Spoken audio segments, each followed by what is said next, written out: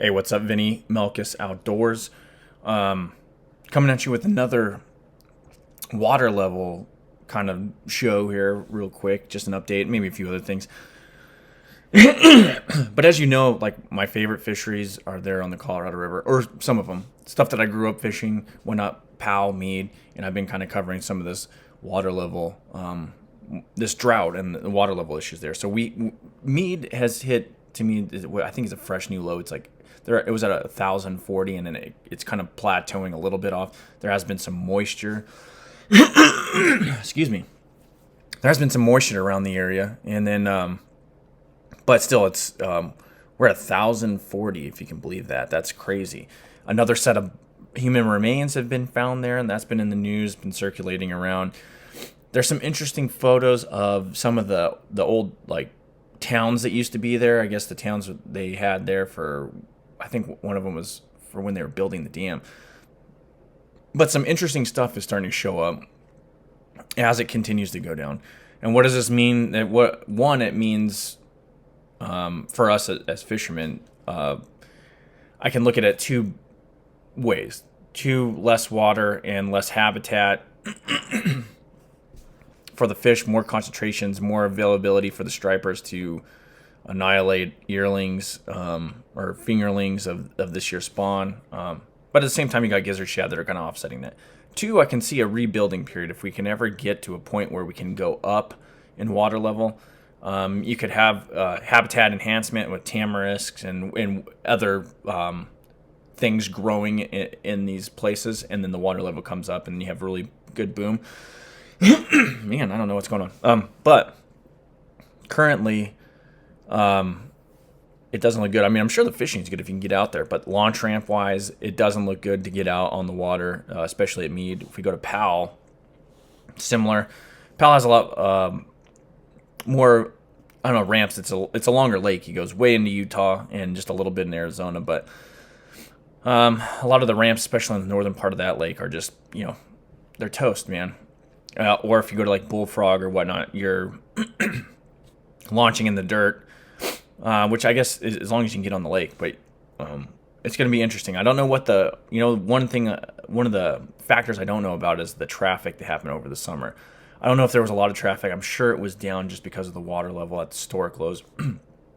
On the Powell front, there was an article that came out and it was talking about some of the cake or the mud cakes that are being exposed, which is sedimentation or sediment that's been flood or been brought into the lake from like the Colorado River, which it's always been kind of a problem. These are just the inherent aging of reservoirs, especially in the West, where you have a lot of the sediments being brought into, or large sediment being brought in from rivers that face snowpack issues or whatnot. They get a lot of their water from there. But anyway, so there you can see some of the rock formations and some of the sediment that's gone through and is now a considerable part of the bottom in portions of the lake. And that was actually a good time if they wanted to actually go clear some of that up, especially when it comes into that northern part of Powell, when you're talking about the Dirty Devil, and you talk about where the Colorado River comes in. And I think it's called North Wash. But you can go in there, you might be able to dredge some of that stuff out and clean it out. But this is always, there's some calculations like how long Lake Powell would actually exist and how much of Lake Powell you're losing a year due to the sedimentation. Well, the more pressing risk factor now is water. But it's interesting to see these things come up as the water level goes down. People are starting to be more cognizant of some of these things. Now, the fishing at Lake Powell, I'm sure, is just phenomenal. Because one, even with all the available ramps, and a lot of them are, like I said, they're non-commissioned now. Even when you could get on the lake with those ramps, there's portions of this lake that hardly get pressure whatsoever. There's large portions of the lake. There's fish on there that probably never seen a lure. And you have a dynamic fishery with the gizzard shad and the threadfin, plus other bait fish and crawfish and just the plethora of fish species in there, and the multi-layer, because it is a two-story fishery. You have a segment of that lake that can support cold water fish, and then you have the primary warm water fishery. So very dynamic fisheries, and Mead is to a lesser extent like that as well. Besides the fact there's a lot more, I think there's a lot more pressure on Mead. Mead's a lot more, I don't know, subject to whims, I guess, in the fishery, in my opinion. Just due to its nature, is a lot clearer. I think Mead is actually slightly clearer than Powell. Powell has major arms that get a lot of fresh water. Unless you're in the southern part of Powell, it's very clear. But you can go up in the northern, it's a little more. It's clear in relative terms compared to the rest of the country, but it's kind of stained. Anyway, I'm going off a different topic. Anyway, the water level, we're already peak water level in these reservoirs. The runoff is that's peaked. The only thing you're going to get is any kind of rain. Now we look for, going into fall, you look for decreasing water levels, which we're already at historic lows, so ever increasing decreasing water levels to new lows. And then we keep an eye on the snowpack starting in October, primarily when October is when, in a lot of the high country and a lot of the in the northern states, you start seeing your first snowfall. Typically that last bit of October, you'll have at least one. And then we can start measuring that. But it's going to be a grind, probably decades before these things fill, unless there's some kind of other X factor. And like I think I brought that up in a show earlier. Some of the things that have been floating around, and some of the outside the box thinking to get water into these reservoirs, and that could be anywhere from aqueducts from the Midwest, who gets inundated with water in the springtime especially. In fact, all that water just ends up draining out to the ocean. If we could somehow harness that and get it into these reservoirs. Because right now, with the population growth in some of these states, and it's just not sustainable, plus the drought conditions. And we don't even look at the not the political side, but the other side, the energy side of these things. These are hydroelectric dams that provide energy for tens of millions of people, and water. I think it's like almost 50 million people rely on these dams right there. So there's a lot of things going into it. But on the fishing note, I see the fishing being actually pretty good. I mean, you're talking about the same amount of fish and less amount of water, and you don't really have in a lake the size of Mead and Powell, even when they get, they're going down until they get to like almost like a dead pool zone. You don't really have the issues of having like fish kills or whatnot, because they are still very deep. There's still high oxygen content, and there's still a lot of water moving through the systems, so you don't really have to worry about that. If we go down further, I mean, Havasu and all these other ones, Mojave, where they're going to have the U.S. Open, which I'm not going to fish this year.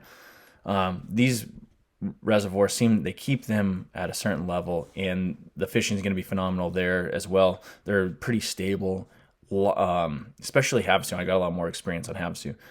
I've never actually been on Mojave. I know some about it. I've talked to a lot of guys that go in there, but I've always just gone to Havasu or whatever. But Havasu has a lot of habitat, a lot of vegetation, and they keep the water, and it's able to do that because they keep the water level pretty consistent in that lake, and therefore you have like that dynamic fishery where you have a really good population of largemouth bass and a really solid population of smallmouth and big fish too.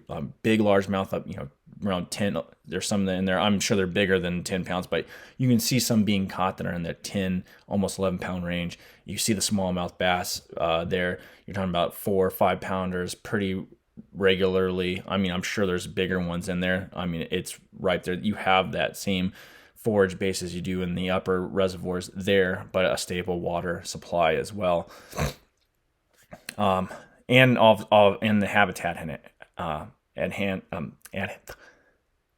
enhancements that have been there that seem to have worked.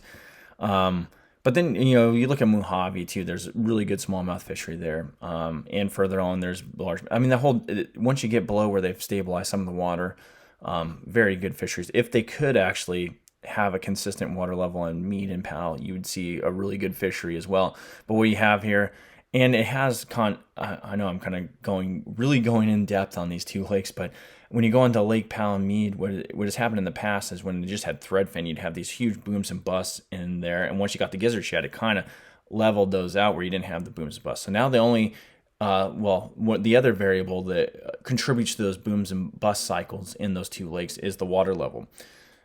In the past, when you have those water levels receding, you then had forage like the tamarix bush, the The wood piles that come down from runoff or whatever, they would be there on the shoreline, and the tamarask bush would grow around it, and then you'd have the water level come up into those bushes. You'd have a good subsequent spawn, and you can really tell the difference because you see really good population booms in largemouth and crappie in those reservoirs. When you didn't have that, when you had persistent years of low water in those reservoirs, you see the crappie population really take a nosedive. You see the largemouth population kind of flatten, if not slightly decrease. And this is all anecdotal evidence. I'm sure that the actual scientific data would bear this out if you went and did a lot of shocking and surveys or whatnot. This is just my own anecdotal evidence or stories about this, but this is what I've seen. And then now we're at that one a portion where you're going to have that.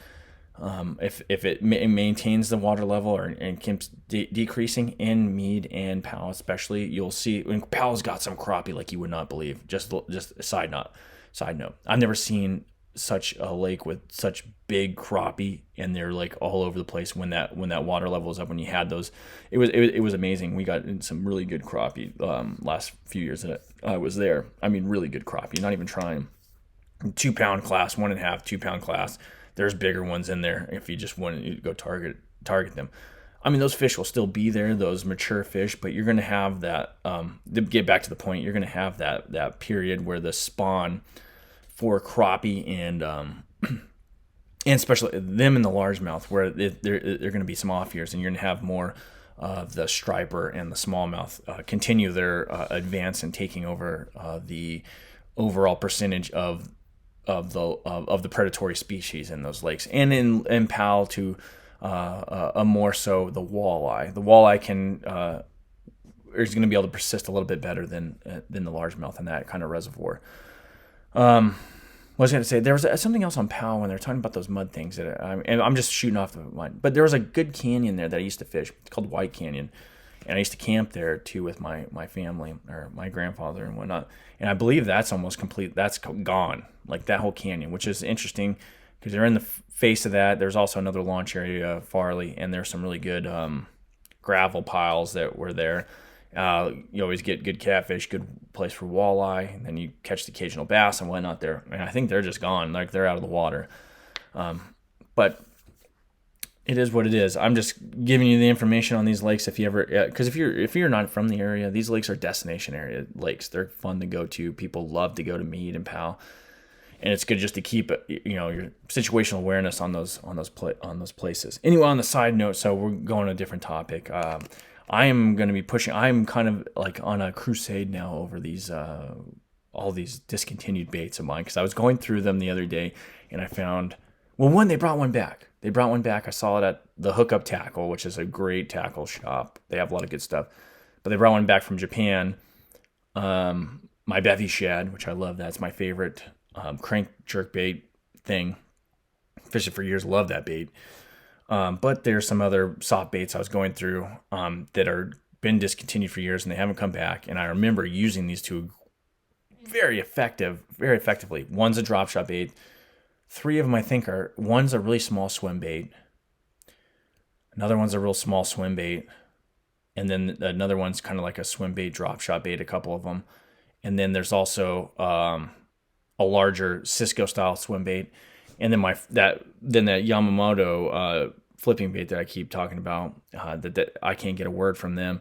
So this crusade is going to be pushed into possibly developing my own versions of these baits and producing them. And then if maybe I'll sell them or whatnot, but at least producing them for myself, because it's starting to get infuriating. And what's happening, granted, there's a lot of competition, but it seems like all these companies are producing this one profile of bait, and it's just like, well, whoever, I guess, promotes it most gets more market share. And I don't know, I'm kind of ranting on this. It's a little bit disconcerting because I like to throw things that are outside the box, but if everybody just has a beaver bait or craw bait or one style of creature bait, it's I don't know. In the bait, that especially the Yamamoto bait, the salamander thing, there's just not a bait that replaces that. That was a very unique bait. Bub Tosh helped design that bait. Bub Tosh won a lot of money off that bait. I was slaying them on that bait. There's a number of ways to throw it, and I can't believe they got rid of it. What was the other one they did? I think they got rid of the mermaid. I like the mermaid, but I could actually see the justification for getting rid of that thing because they had the cowboy with it, and then other double tail grubs. What did I say? The other drop shot bait that I might bring back is actually one that was a Japanese drop shot bait, and it was really big when I was coming up fishing the Bassmaster Opens out west, and it was in the early 2000s, and it was one of the first like kind of minnow, like really realistic minnow baits. And the unique thing about that, I say drop shot bait. The unique thing about it, it was used as a drop shot bait then. We did, but then we also used it as a split shot bait, and it was really effective as a split shot bait on mead. Very good bait on mead, and all it was it would look like a cigar minnow looking thing with eyes on it. At the time, there wasn't anything like it on the market. Now there's a few other baits, but it has a kind of a unique tail, a unique blunted tail. I could see this thing actually being a really good, what do they call it? Man, it escapes me. But using it as for your forward-facing sonar to really target fish on there. I could also see it, you throw it on a mushroom head. But primarily when this thing was created, it was a split shot, drop shot bait. And then one of the other bait, and it's just a straight, minnow, 4-inch minnow style bait. So we'll see what we're gonna do. I'm going through this and really thinking about it and trying to either get someone to make them, or I'm gonna, like I said, I'm gonna have to get a hold of a mold company and just create the molds, or just make them myself and hand pour some of these. And the drop shot stuff, it might be really good hand poured. And then I got to just go through. There's some of these unique small swim baits that actually have little, what do they call them? The internal structures in there that they're not. These are soft swim baits with internal structure, internal weighting systems that I might have to go through. But anyway, they go on the point is like some of these baits are discontinued. The discontinuation of some of my favorite baits. And you used to be able to get a hold of these companies, and that's what I've tried to do. It's like, hey, you can make a bulk order. Like my grandpa, there used to be a style of Kalen. Well, Kalen's, who's now the ownership's changed back then, but at Lake Powell there was a color bait that my grandfather really swore by. I called it strawberry roan, which in reality it's just a shrimp color, right? But with red flake and whatnot. He threw a 3-inch grub on a 1/4-inch jig, had and maybe a 3/8. That's all he threw. But he loved that color. He'd rotate through a different number of colors at Powell. And if you ever go to Powell, this is a good tip. So bluegill, pumpkin seed, and if you can get white in the summer, white, and then the strawberry roan. You can find out what the fish really want, and there you'll get bit. But anyway, so him and his buddies actually got together and contacted Kalen's after they discontinued that color, and were able to make a bulk purchase. They bought like 10,000 of these things, and they just came in big plastic bags. But every once in a while, they would just, if they were really hitting Powell one year, they would just make these bulk purchases. And Kalen's was more than happy to do it as long as you hit a certain amount. So my grandpa, and his buddies, and I think one of the old tackle stores would get together and make these purchases, and they would do it. But you can't. It doesn't seem like you can do that anymore. I've been trying to reach out to some of these companies and to no avail. And I know some of it has to do with change of ownership, and it's just I don't know, disheartening. So I guess I'll have to go my own route and do my own thing, modify the bait a little bit, and make my own. And one of the reasons I want to contact, especially Young Moon is like, hey, if I do this, if you guys want to make this bait, and if I come up, if I am able to come up with a mold, or if you guys want to sell me the molds, that's cool. Or if I can make my own stuff, I just want to make sure that it's okay with you guys. I don't want to take your product and make it myself. I kind of want to do the right thing and either get the okay from you guys, or maybe if you guys want me to redesign it a little bit, or whatever the case may be, just have some open lines of communication on that. But it really hasn't worked out. So we're just going to see what happens, I guess. I'm going to change. I might modify the bait a little bit and see what happens. But this is going to be a process over a period of time. Anyway, I'm going to leave it there. We're going to be doing some fishing here soon. I went and checked out a new stream just to do some bank fishing. And then now that things are starting to cool off, at least the fuel prices and hopefully the temperature, I'm going to go out there. I might hit one tournament on Grand Lake. I'm really thinking about that. I don't really know yet. But kind of have a good eye at, situational awareness of that lake. And I'm almost, since I haven't fished a pro event in a while, I can almost do the Big Bass Bash events or some of those things. For a while, I wasn't. A lot of them have stipulations. You have to be out. You can't be on a professional level tour for more than, or you have to be out of one for like over a couple of years before you can do it. And I've really wanted to do a big bass bash, but I haven't been, technically eligible for participation. But this next year I should be able to. And those are always a blast, even though the lakes get beat up like like I can Tina Turner. No, anyway, I'll talk to you later.